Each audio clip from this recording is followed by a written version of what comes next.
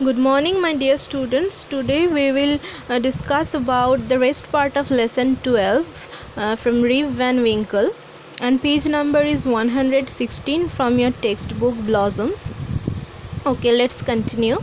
His companion, it seemed, was carrying some liquid in a keg on his back. This was unloaded and everyone drank from the keg. Rip was fearful at first. After a while his fear subsided. Feeling thirsty, he had several drinks himself. Slowly, his eyes closed. He fell into a deep sleep.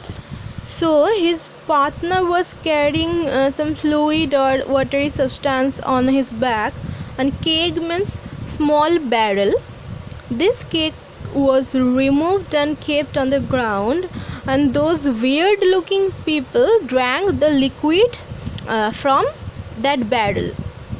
Seeing such peculiar figures, Rip was very afraid at first, but after some time his fear diminished.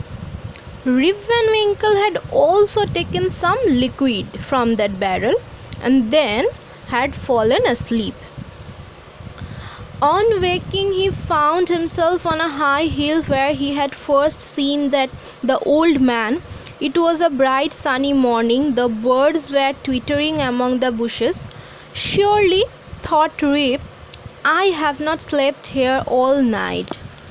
He whistled for Wolf, but no dog was to be seen. So after waking up, Rip saw that he was on that same high hill, and it was a soft sunny day. Birds were chirping. So Rip pondered that he hadn't slept there all the night.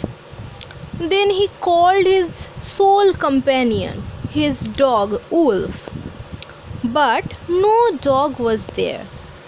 He decided to visit the scene of last evening. When he reached the spot, he was surprised to see that a mountain stream was now flowing through it. What was to be done?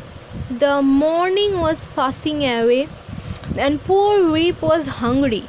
He shook his head and went homeward. So next, Rip Van Winkle fixed to go to that place where he was taken by that old man. And Rip was absolutely astonished to see that place was transformed completely. There was no one. He found no one around. So there was nothing to do. And Rip Van Winkle was very hungry also. So he went towards home. As he came near his village, he met many people he had never seen before. This surprised him, as he thought he knew everyone around his village. They all stared at him with surprise. So after seeing many new faces in his village, Rip Van Winkle was very much surprised. When Rip was in the village, he knew everyone, but now he couldn't recognize a lot of people there. As Rip was surprised, and simultaneously villagers were also astonished to see Rip. Rip suddenly noticed that his beard had grown a foot long. He saw many village where was now larger, with more people. There were rows of houses which he had never seen before. Strange names were over the doors. He found his own house was empty and in ruins. He called loudly for his wife and children. All was silence. The village inn was gone. So Rip Van Winkle noticed many changes. His beard had grown, his village had become larger, strange names were written on the doors, and even his own house was almost destroyed, and also the village inn was not there. He summoned his wife and children, but no answer came.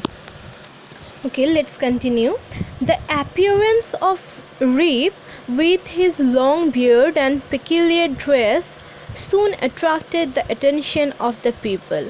Rip told them that he meant no harm, but merely came there to look for his friends and folks. He asked about Nicholas Vedder.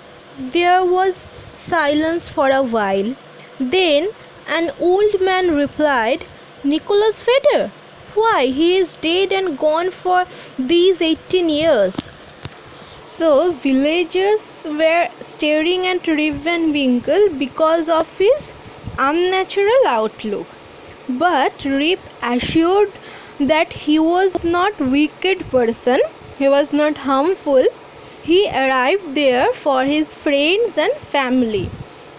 Nicholas Vedder was Rip's best friend, so he inquired about Nicholas Vedder. After a few seconds, an old man said that 18 years ago Nicholas Vedder passed away. Rip's heart died away at finding himself thus alone in the world. He cried out, does nobody here know Rip Van Winkle? So Rip became gloomy and sorrowful. He felt loneliness in this big world. Then Rip loudly asked if anyone could recognize him or not. Oh, there he is, leaning against the tree, exclaimed two or three. As he looked, Rip saw a fellow who looked exactly like his previous self. He understood that this was his son Rip.